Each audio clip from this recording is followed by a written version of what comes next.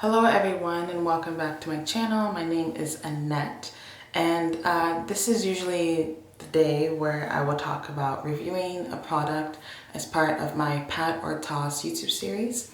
It's a YouTube series where I let you all know if this is a product that I think that you should pat on your skin or if it's a product that I would recommend that you toss. And for today's video, it just did not feel right to be I guess talking about products in such a light-hearted manner without also talking about what's kind of going on around us in the world. So I figured that I would just do my morning skincare routine and I would also talk to you. So I am recording this video. Today is Monday, June 1st. So I'm gonna post this video on Thursday. So I'm not too sure what's going to change between today and Thursday, but just make note of that for anything I say in case something comes up. I am recording this a few days prior to when it's going to be posted. But the sentiments will still be the exact same come Thursday, come a year from now, come the next generation. So I'm going to cleanse my face and then I'm going to come back and we're going to kickstart this whole video.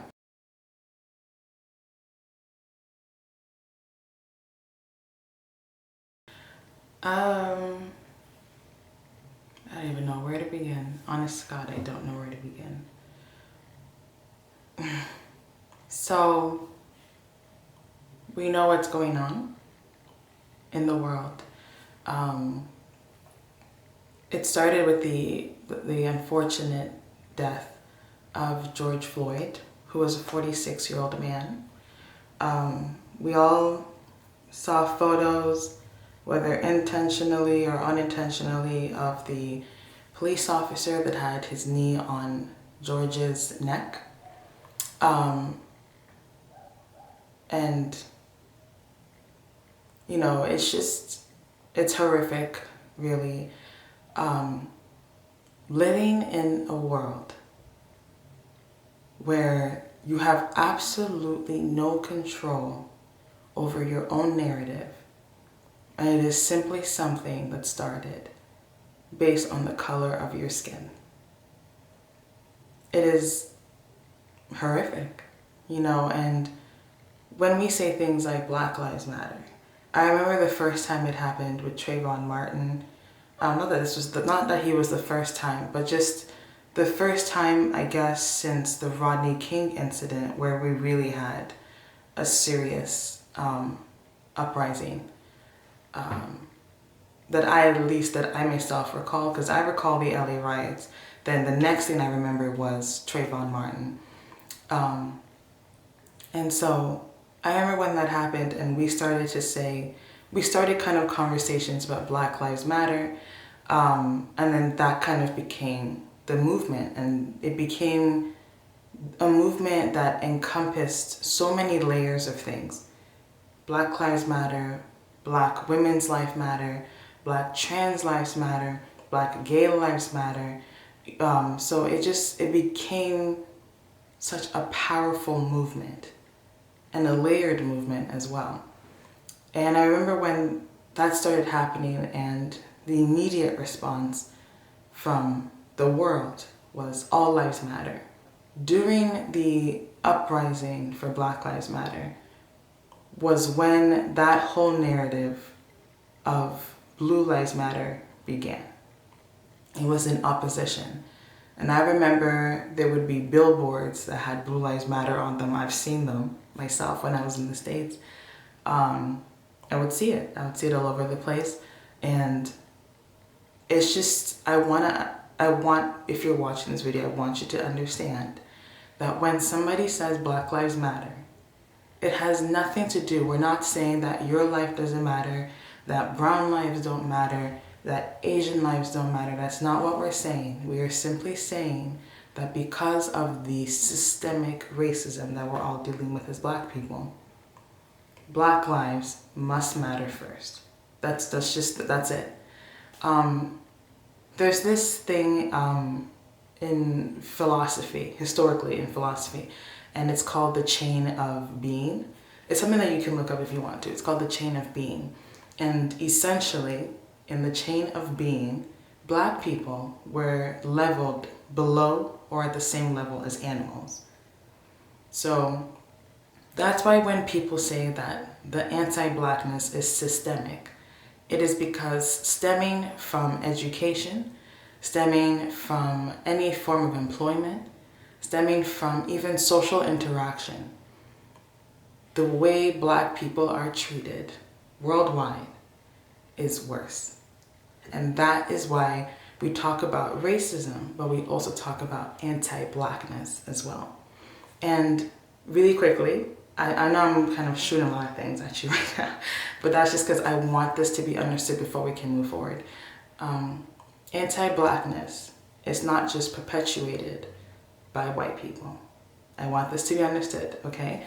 And that's why I believe in saying anti-Blackness when I also say racism, because if you say racism, the only group of people on this earth who you cannot be racist towards are white people. Because to be racist towards someone, there is an element of power.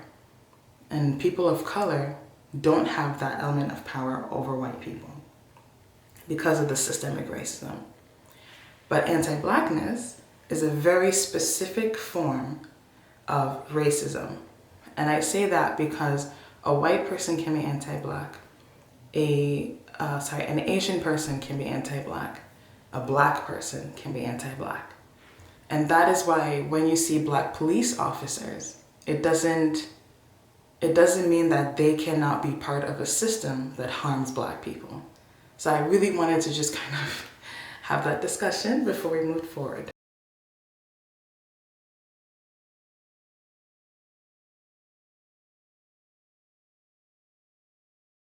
Essentially, what has been happening with the George Floyd situation stems from, recently at least, stems from what happened with Mr. Ahmaud Arbery, who, again, another unfortunate video that we had to witness, whether intentionally or unintentionally.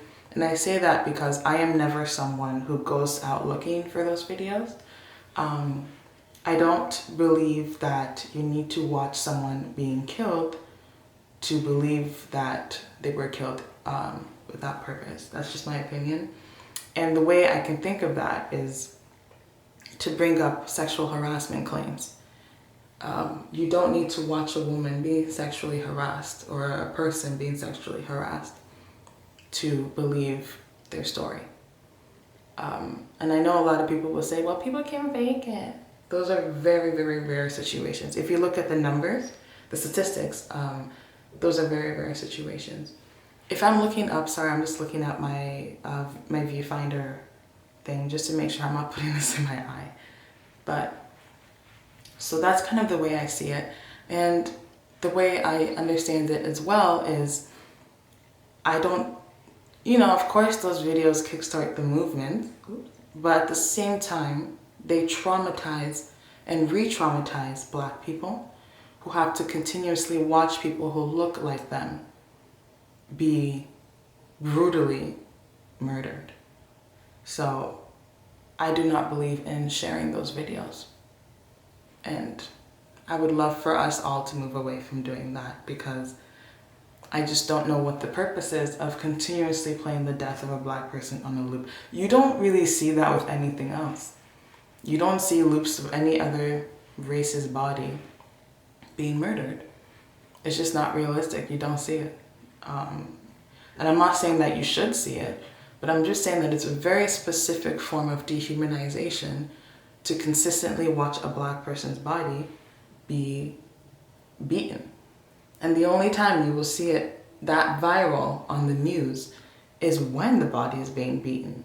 And so that goes in, again, it goes into the subconscious mind, and it dehumanizes Black people and Black bodies to simply an object to take out violence on.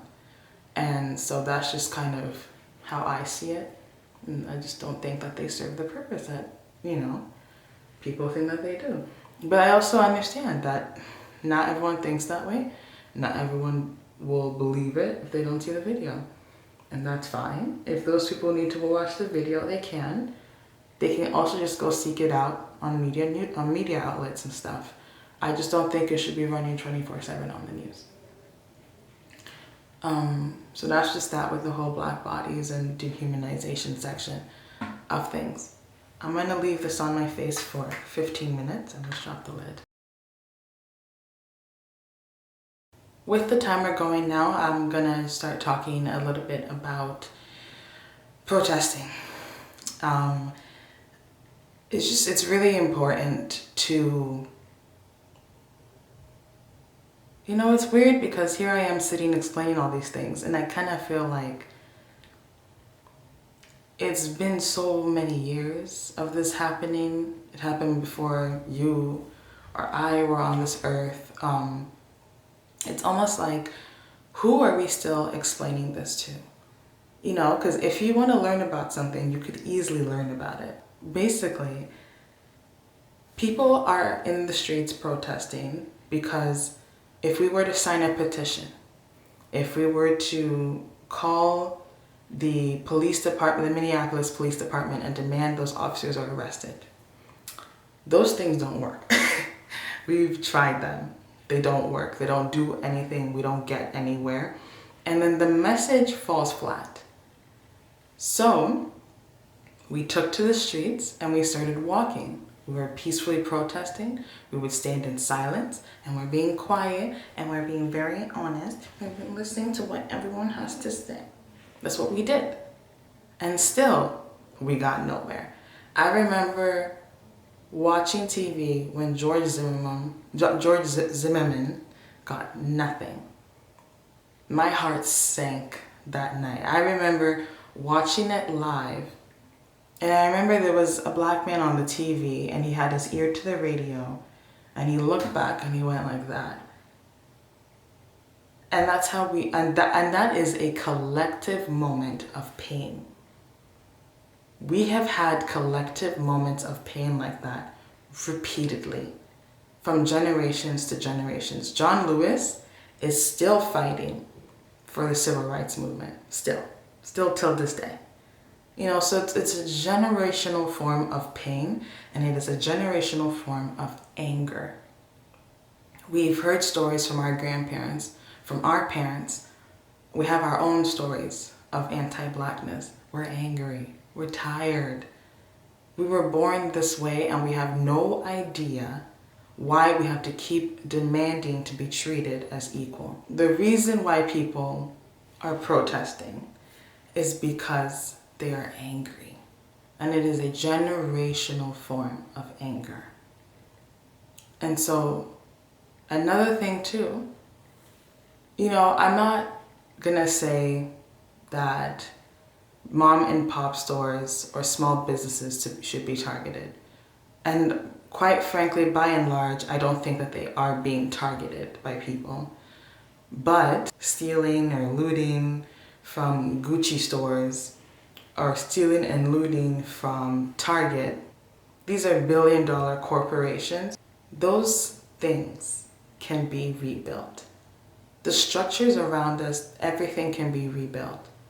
No one is going snatching people out of their homes. That's not happening. These things, these billion-dollar corporations, their structures can be rebuilt. People's lives can never come back. And we need to start understanding that. And we keep talking about wanting a revolution. You might be saying, I don't want a revolution. And then that is part of the problem in itself. Because that is a very privileged stance to have. If you live in a world where you would not change one thing for yourself or your fellow person, that is an issue. Because there's so much going on. There's so much poverty. There's so much pain in the world. I guess maybe I'm very exposed to it because I work in the media, but there is so much pain. There's so many people who are suffering every single day. And people want a revolution. They want change. They want free healthcare. They want their government to care about them. It is not difficult. It's not a bad thing. But unfortunately, to get a revolution, to get to that place that we want to be at, things might burn down. and they will be rebuilt in the way that they will be rebuilt that will support the communities and people around them. So we need to be careful how we're framing this. And at the same time, we need to understand that billion-dollar corporations like Target, who actually put out a statement literally saying, we can rebuild this stuff, stop worrying about it. You know, these corporations will be fine. Lives will not be. And I want to also remind everyone that keeps bringing up Martin Luther King. He was assassinated.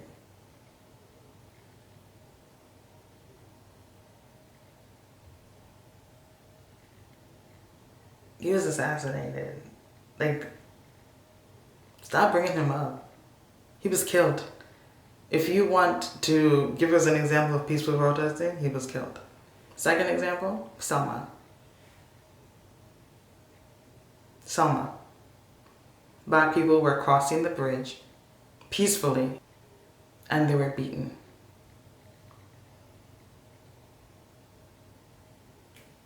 Please stop bringing up Martin Luther King. Especially because Martin Luther King was all for a revolution. So we need to stop doing that. We know our own history, like you need to learn it. Just saying. So don't bring that up. Don't be that person.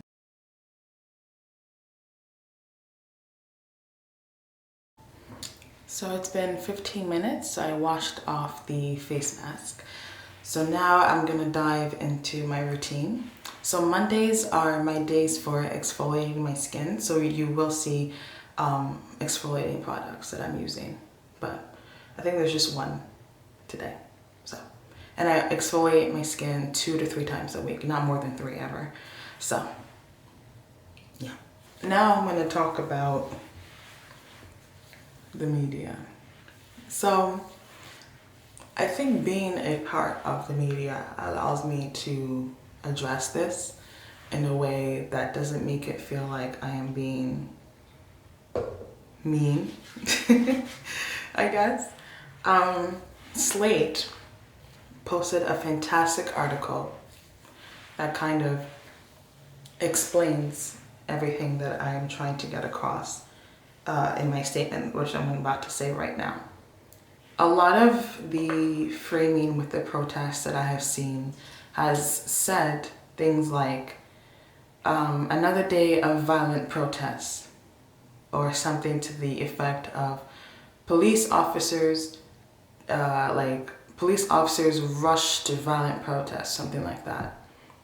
Meanwhile, the people who are on the ground at the protest, the people who are there at the protest keep telling you that nothing gets violent until the police officers in full riot gear appear.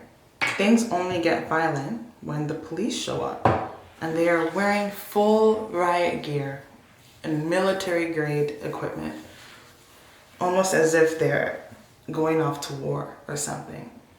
And it just makes me wonder, you know, when we were trying to send out medical equipment and test people, why weren't these people there? Why wasn't the National Guard called when there was a pandemic? When people were refusing to stay home? Why do we only ever see such increased instances of militarization of police when it comes to Black lives? And also like brown lives. We see these images only 2 times. We see them when they're at war, when they're tearing apart families in Syria, innocent lives being brutalized for no reason. Or we see them when they're pushing back against Black people, when they're protesting, which is their right. Legally, that is their right. So that's my question. You know, I want us in the media to expand. When we talk about this is being violent, this is this, I think that we need to add more context to it. Why is it violent? Who made it violent? When did it become violent? You know, what I'm seeing is Statements such as like, such and such protest was calm in the morning, then once the clock strikes 6 or 7, it changes to it was violent. What made it violent? I really need us to dig deeper than that. I need us to really push forward and to question these things that we're writing. Who is making these things violent? My next point to the media, hey girls, is who is looting? Who are the people that are looting? And are there I really need us to ask this question, because of course the first few nights we saw protesters going ahead, and they were in Target, they were in this, they were in that. But is that strong enough to take over the narrative of the protest? And my question, what I'm trying to say is it so strong, this angle of looting, that it should take over the entire purpose of the protest? Of course you should report on people looting, this happened, but should it be the main headline? Do you see what I'm saying? Can you not report that people were looting and mention it in the story? Of course, but should it be the lead? And that's my question, is what is the narrative and who is shifting the narrative and for what purpose?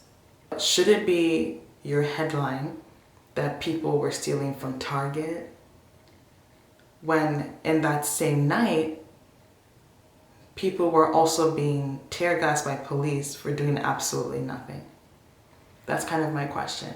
Wouldn't the stronger headline be that tensions are being escalated by people in riot gear, and apparently children in riot gear, as we saw some clips of as well? So that's my question to the media, which is myself, which is who is shifting the narrative and for what purpose? So now that I've talked about everything that I really wanted to talk about, I'm going to just wrap up my skincare routine separately. But I just wanted to make sure that I came on here and I was clear in saying that this is a serious movement that is affecting everyone worldwide. And we must stand up for justice. We must speak up. We must say something. We must have our voices heard. And if you are not prepared to be on the front lines, speaking out and defending the people who are doing what they're doing, then at the very least, please do not be disruptive and interrupt the movement going on. We need to be more understanding. We need to be more caring. We need to extend ourselves to listen to what people who are not in our immediate circle are saying. And I think that's just the most important part.